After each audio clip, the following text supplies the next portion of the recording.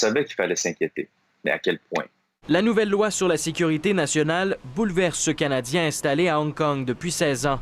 Nous avons protégé son identité parce qu'il craint des représailles. Le but, c'est de nous faire peur pour que tout arrête, pour que, bon, il n'y ait plus de protestes. Si tu as une opinion, tu ne le dis pas publiquement. It's becoming increasingly dangerous for Canadians to be in Hong Kong. You know, the example of Kovrick's favor could be just the tip of the iceberg. Les Canadiens ne sont plus en sécurité à Hong Kong, croit cet ancien diplomate à Pékin. Selon lui, les relations entre le Canada et la Chine risquent de s'envenimer encore plus. Rien de rassurant pour les 300 000 Canadiens à Hong Kong. We are also suspending the Canada-Hong Kong extradition treaty and updating our travel advisory for Hong Kong.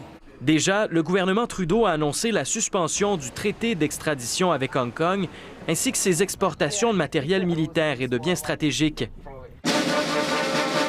Adoptée en grande pompe par la Chine mardi dernier, cette nouvelle loi sur la sécurité nationale à Hong Kong reçoit déjà son lot de critiques et d'opposition. And it also represents a gross violation of the basic law. Selon Charles Burton, cette législation méprise les libertés du peuple de Hong Kong et viole ses obligations internationales. Pékin impose donc son pouvoir sur Hong Kong, un territoire en théorie semi-autonome où règne depuis 1997 le principe d'un pays, deux systèmes. Avant la nouvelle loi, j'avais encore l'intention de rester. Pour lui, difficile de s'imaginer fonder une famille dans les conditions actuelles. À son avis, d'autres Canadiens songent à quitter le territoire.